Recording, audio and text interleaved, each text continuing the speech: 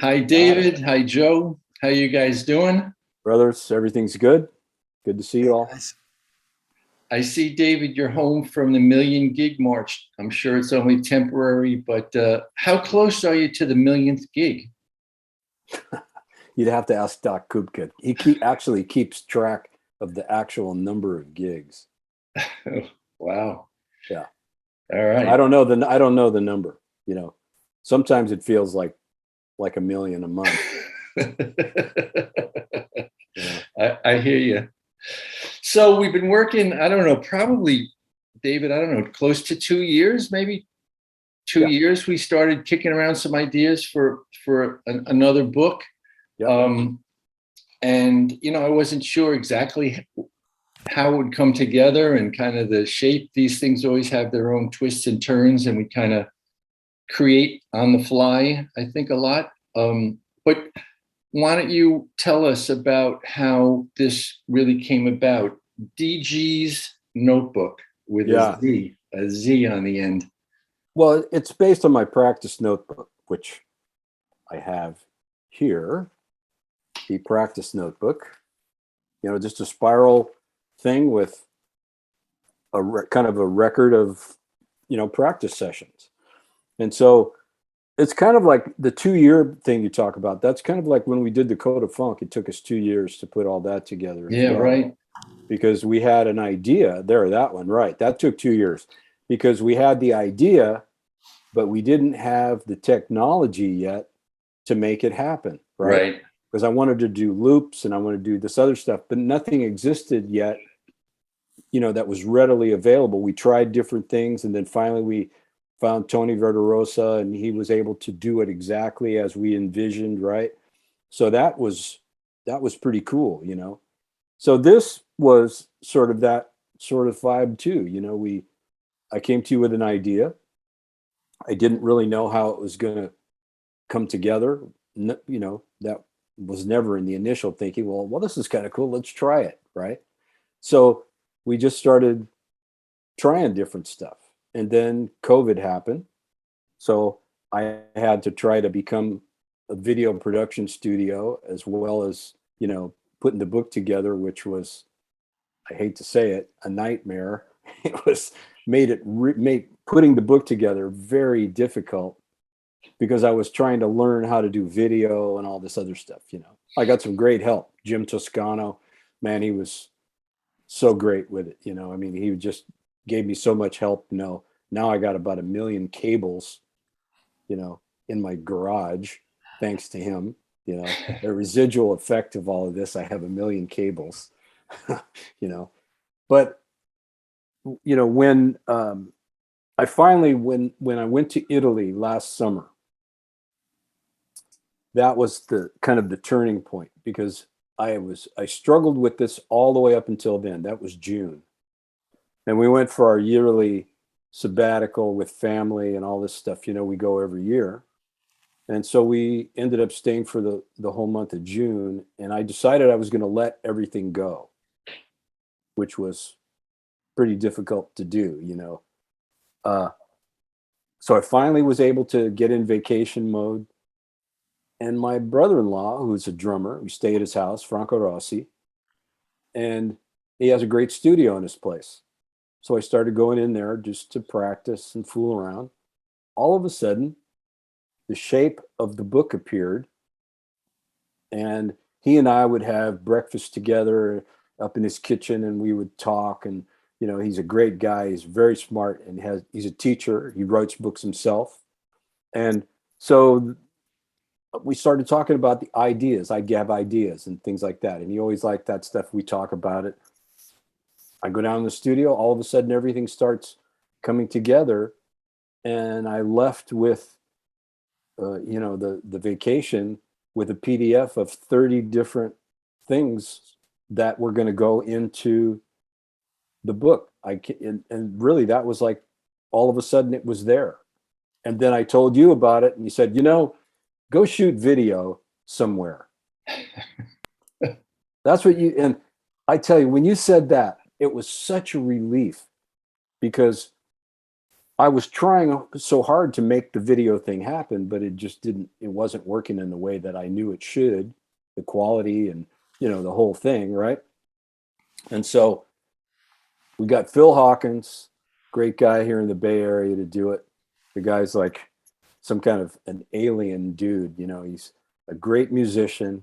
He teaches, Pro Tools, digital recording. He's a recording engineer, plays steel pans, all kind of percussion instruments. He's a videographer. I mean, the guy is like one-stop shopping, and he's just a cool guy. So ended up doing it at his studio, and everything just sort of fell together, pretty quickly.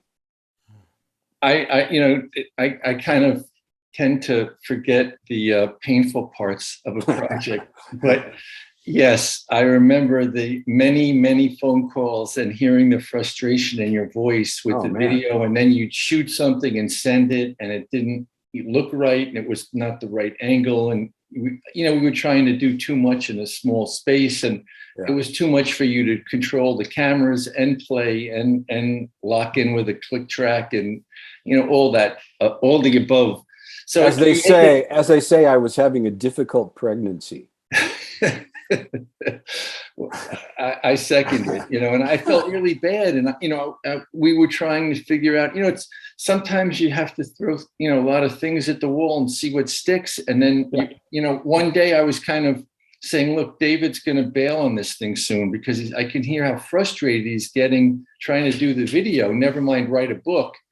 And then I just said, you know what, there's got to be somebody with all the people he knows between, his world and Tower and all, everyone, we've got to find somebody and that was it. It was the turning point. And I do remember, I think you called once from Italy, and there was a whole relief in your voice, because you really found I don't want to say hook in terms of a commercial sense, but you found an anchor for the book. And it was really just, when you told me the idea, I said, it's so perfect. It's your notebook, and it's how you create. And it gives the reader and viewer a chance to look into your mind, and hopefully they'll take your ideas and they'll start their own notebooks. Ultimately that's the goal here. But, the stuff that you're playing, it's so quintessential you, that it really explains where I think, you can see where everything you've played over the last, 40 years, kind of, where it's coming from. There's no mystery, especially watching the videos, you can see it all, and all the influences and all the studying you've done with, Latin music and, and 6/8 and, all these different, shuffles. Anyway, I'm really proud to be the publisher of this thing. I'm really proud to be your friend. We've known each other, I don't know, how many years. I just dug up a picture, which we'll put on screen, that, I was just a kid. I must have been maybe 12. No, but this is like way back. This was a way back photo. I don't know if you've even ever seen it, but I'll post it.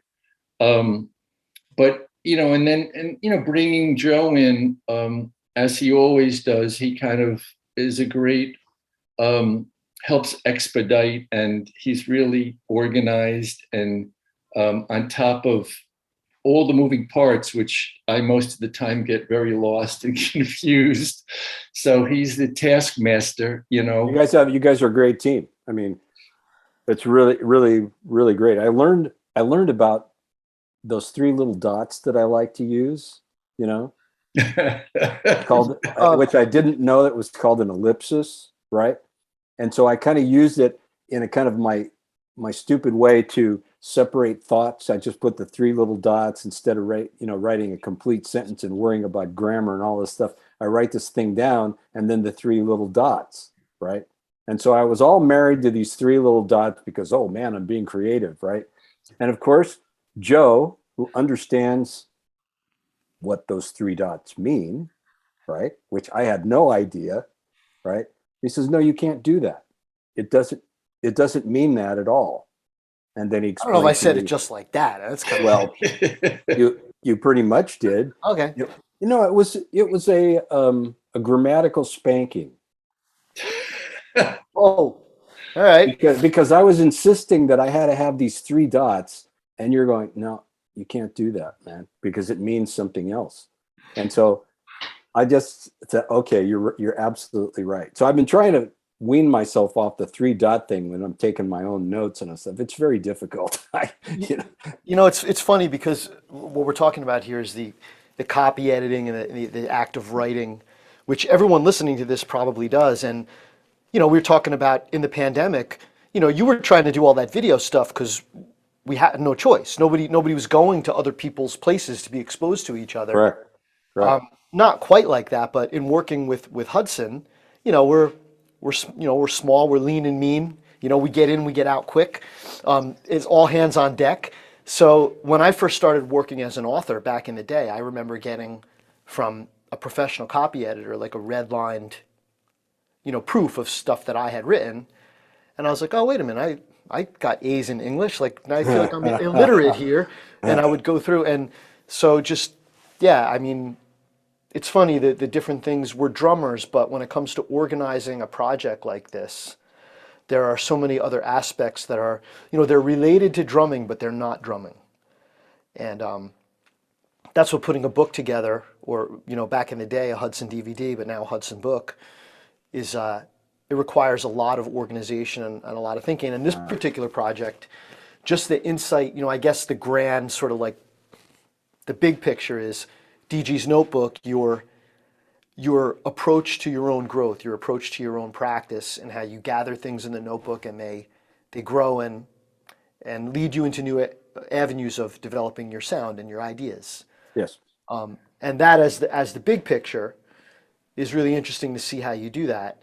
But the content of the book, of course, is, well, okay, that's your grand.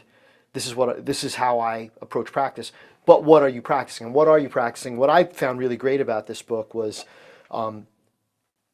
hopefully many of the people watching are familiar with Future Sounds, the funky beat, code of funk, and your approach and your way of doing things. And in this book, you've kind of taken some of those ideas that you set out so well and added a new twist to them. So in the Future Sounds thing, you actually have a couple of, my greatest hits, like Future Sounds things converted from 16th to triplets. And one thing that I found really intriguing is in Future Sounds, you have things permutated by a 16th note going back to a refrain. And here now, right in the beginning of the book, you've introduced the idea of you don't go back to the refrain, you just find a turnaround that lasts one beat. And now you're on a different part of the beat, which makes it like way more challenging to know where you are on the one. So, I didn't know if you wanted to elaborate on it. I found those concepts pretty interesting. Well, that kind of stuff, that just kind of happened along the way. I mean, as I was trying to figure out ways to understand what I was getting into, I wanted to have a deeper understanding of it. All of a sudden, these ideas, that things just appear, So, the initial concept of the book was the way that it turned out was I wanted it to be like modern drummer articles that I had done, all standalone stuff, right? It's all connected, technically, of course, and conceptually, but each one is a different thing, a different topic, a different, just a standalone lesson.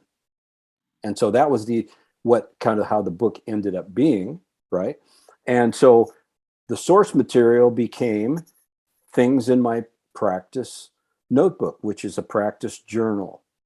And I've talked about this before, the journaling in, building your life is really important, writing down your ideas, like almost like a diary kind of, right?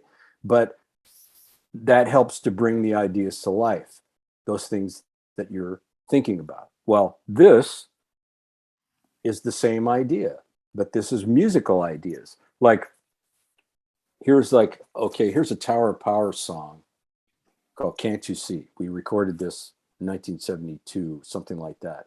And we've played it on and off for years. We'll do it for a period of months and then put it away. And every time we come back to it, it changes a little bit. We change the arrangement. We kind of change conceptually. We change tempo. We do all kinds of different little things to it to just kind of create a different way to do the songs. Just like, I guess, in the same way Thelonious Monk would do his songs differently all the time.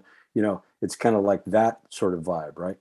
So after I had my crazy accident a few years ago, my coordination stuff really changed. My brain changed, and, you know, I lost some stuff. And so I had to kind of regain it and revisit things. And so I changed my setup, you know, the configuration of my drum set, which really helped where my brain was at the moment.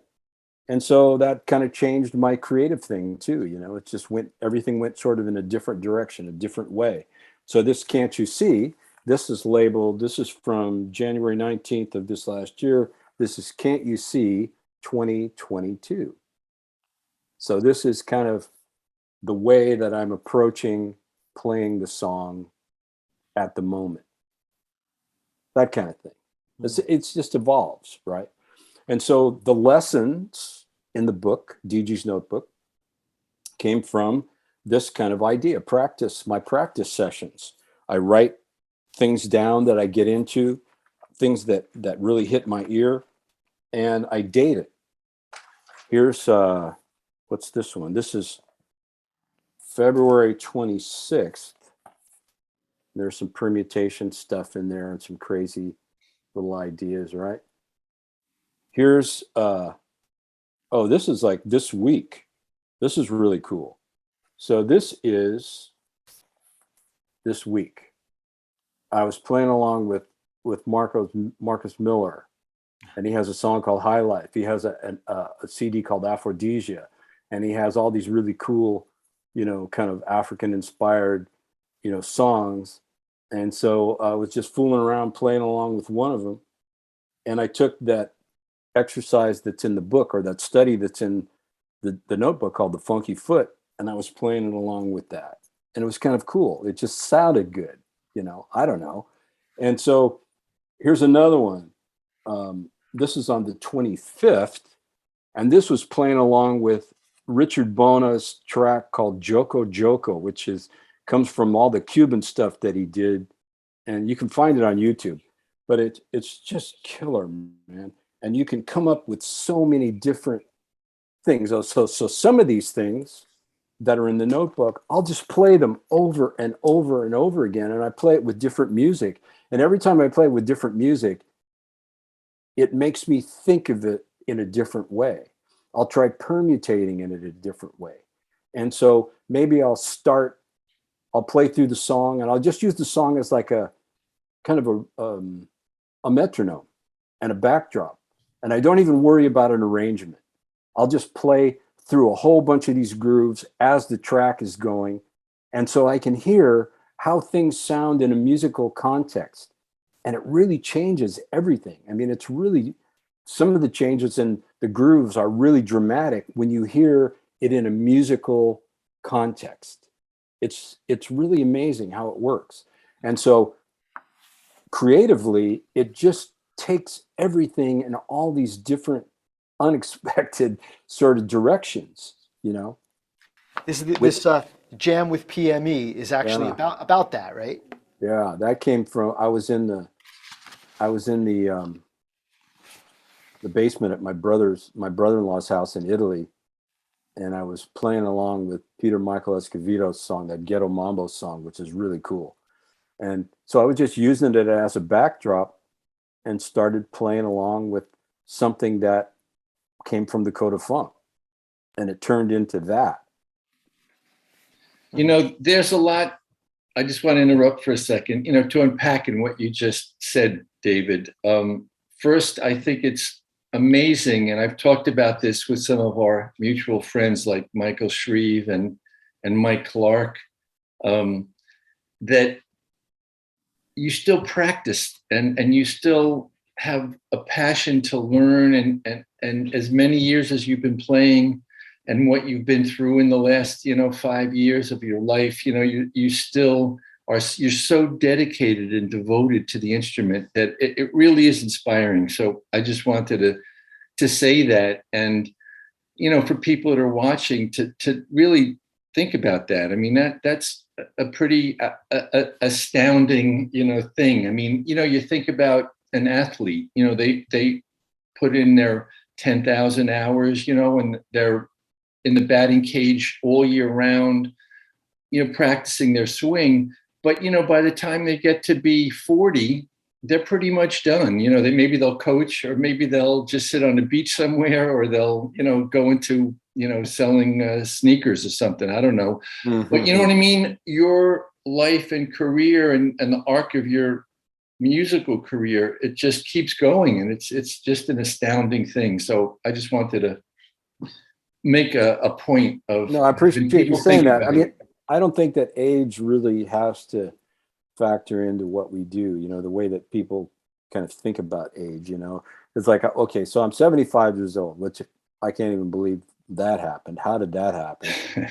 And so, you're 75, but you still have creative energy. You still want to make something happen. Age doesn't have to be like where, people look at me and they go, oh, you're 75, you're still doing that, you're still doing this. What am I supposed to be like, sitting on the edge of the bed staring at the floor, or, drooling or something, I mean, you're as old as you think you are. Yes, your body, the external part ages, but I have to say internally, it doesn't feel that way at all.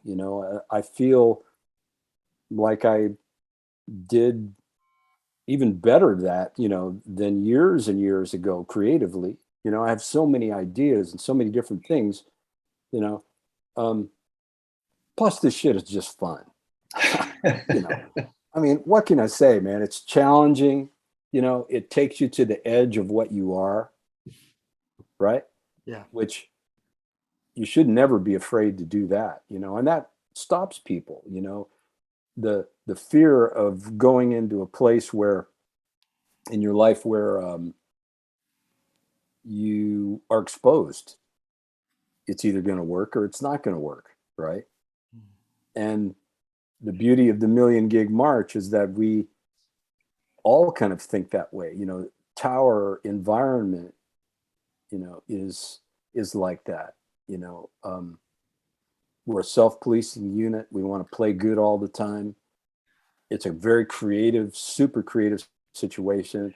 We have, guys in every chair that are just really, really creative people, but creative in the way that contributes to a team creativity, So they're very gifted individually, but what they do when they are part of a team is astounding.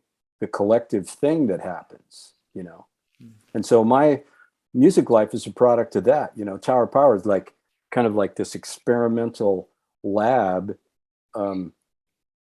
where everybody gets to be themselves. Nobody tells you what to do. If you fit there, you can stay there as long as you want, and you can turn it into whatever you want. Every chair is like that. The guy that's taken Rocco's place, Rocco passed away. So Mark Van Vakenigen, the guy that's playing bass now, he's just making it his own, He understands conceptually what's going on. He knows kind of what he's supposed to do. And then he's just turning up the screws, man. I mean, he's like made it his own spot, and it's beautiful, Yeah. It's cool. And that's kind of what the Tower Power thing is, it's everybody's learning all the time. It's just a cool environment. I don't know how to describe it, and I'm a product of that, Well, I don't think everybody would take that to, how you continually push yourself to learn, with these concepts that are in the book. Like practicing. I mean, plenty of people are in long-time bands touring, and they just kind of settle into the gig, and the shedding period is over. They just say, "I play how I play," and that's that. And I know from our conversations and just talking to tons of drummers that you're a huge inspiration in that you continue that growth process of saying, "Hey, I'm not done yet here. I can still learn. And I enjoy the process of practice." It's like at some point, I think, and this is something I aspire to, I think I fall short all the time, is that, practice is like a fulfilling part of life if you let it be, Yes, sir. right? Yes, sir. Absolutely so. That's I what I love learned it. from you. I think it's a cool thing, to have like it's like your touchstone sort of, you get in and you just connect with, like you said, Rob, you go in the batting cage. I mean, it's like that. You just take swings every day. And that's really, if you want to show up on your gig, you just like, you show up, you put in the reps, you do the thing, I Yeah. was watching 3 cool videos recently. Yesterday I was watching a drum channel thing with Terry Bozzio and Thomas Lang and Jimmy Keever. I believe that's his name. Keegan? Is it Keegan? Keegan. Yeah. Jimmy Keegan. I'd never met him before, but he's Yeah. a pal of Thomas Lang. Great guy. Great guy. And they were like analyzing some of Terry's stuff, and they're talking about Terry's talking about his influence, Tony Williams' influence, and he's like, this is Missing Persons, and so he's just going off on Missing Persons. It's really, really great. And he's talking about his inspiration of Tony Williams. So I texted him. I said, bro, this is, I hear what you're saying about Tony Williams, but when I hear you, I don't hear anybody but you. And, and I find that really inspirational, to me. Listen to somebody like him and those guys, they're not derivative. They're their own guys. When I hear them, I don't hear anybody else, Yeah. Then I was listening to, this morning, I was listening to that I love this singer, Alan Stone. And you listen to somebody like him, he's just such a beautiful voice. And it's so unique. I don't hear anybody else in him. I don't compare him to anybody. He's his own kind of thing. It's so beautiful, and I find inspiration. I'm inspired by all of that stuff. I also watched today a great clip of Randy Waldman's Superheroes record with Gad and Vinnie Colaiuta exchanging drum solos on Underdog. Yeah, it's a great clip. Transcription underneath, right? I mean, come on. It is so cool, Yeah. And when you see those guys play, you're looking at lots of hard work to be able to do that stuff. Yeah, people. And look how old those guys are. They should be drilling. They should have their walkers parked next to their, their drum sets. Yeah. I don't see that happening. Yeah. The greats always make it look effortless. Yeah. And what people tend to not think about, because you're watching a great, you're excited, blown away, whatever the word is, into what they're doing. You don't think about what went into it. Like you just said, Vinny is Vinny because he put in an ungodly amount of time. I remember him when he was really young. He'd walk around the NAMM show, or you'd see him with sticks in his hand, like Jim Chapin. Jimmy was doing it at 75. And Vinny was doing it when he was 25. It's the same commitment, like you. It's I don't know that I've ever seen you, playing paradiddles on your knee at the NAMM booth, but I haven't. We've talked plenty. I want to. This is getting a little long, and I want to keep you fine gentlemen. I know David's got to get back to signing some book covers for us for this project, but I've recently, very recently, unpacked a box that I had in storage, and I found a photo that I thought was really special, and we'll scan it so people can really see it. But here, Dave, what are your comments about this one? Oh, check it out. That's NAMM show. Yeah. Yeah, with Zig and Earl Palmer and Jim Keltner. Yeah. Oh, check that out. Yeah, I have that photo. That's a. Oh yeah, I thought we sent it to you a long time ago. Yeah, that's a really great one, man. Look at those guys, man. Yeah. They're all such unique guys, man. Those three, There's a lot of music in this, right? in the walls of this frame here. I think I like Keltner, doing the, Ry Cooter, Holly, that track Hollywood, it's just nasty and funky. And then Earl, when I met Earl, he was he knew all about Tower of Power and all this other stuff. I was blown away, man. He just knew what everybody was doing, and he was so welcoming and open to everybody, you know. And then Zig is like another animal altogether. You know, I idolize that guy, man.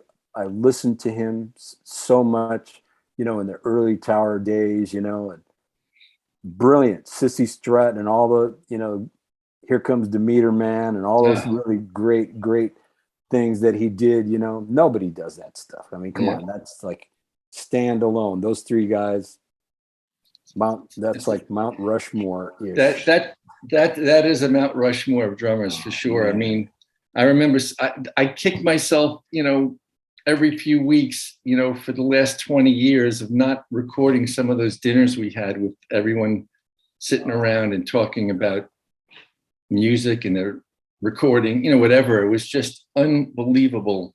I felt so honored to be, you know, a fly on the wall really in those, you know, in those dinners and, you know, those hangs that we would have that went into the wee hours. It was just unbelievable. But anyway, you know, to be a part of this, man, you know, this whole drumming deal, you know, it's really a privilege, man. I mean, it's such a deep tradition, you know, an incredibly rich tradition.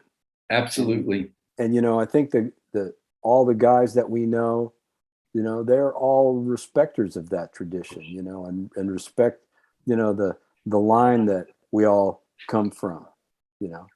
I always say it's the best fraternity in the world, you know, man. And it really is. And you know, both of you guys know when you travel, whether it's, you know, in the US or Europe, anywhere in the world, you know, you run into some drummers and you're going to have a good time. And by the end of the night, you're going to have a big hug. You know what I mean? It's like, you know, it's always a hug fest. So anyway, absolutely.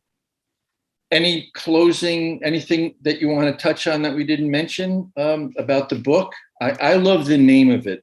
I just want to, and I'm looking at it to make sure I get it completely right. Especially the subtitle, Making of DG'z Notebook, My Path to the Groove, Ideas from a Beat Collector. I love that. That's true.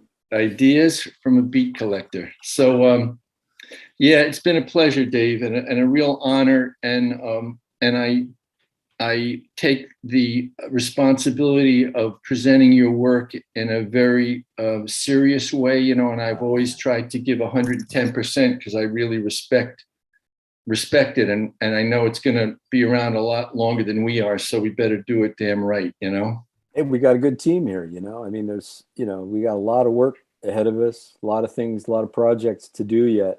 You know, get busy. Then let's stop now, and I want you to get back to work. I got a couple in the can here, so you know, yeah. All right. Well, thank you. I appreciate it as always. Look forward to seeing you where we can sit down and have a little cup of good coffee or a glass of wine. And absolutely. And Joe, I'll talk to you soon. And thanks again for your time and a great job as always. It's a pleasure working with you, Joe. As always, for many years. I'm honored and humbled to be part of the team for sure. All right, fellas, brothers forever. Thanks. Bye-bye. Peace out.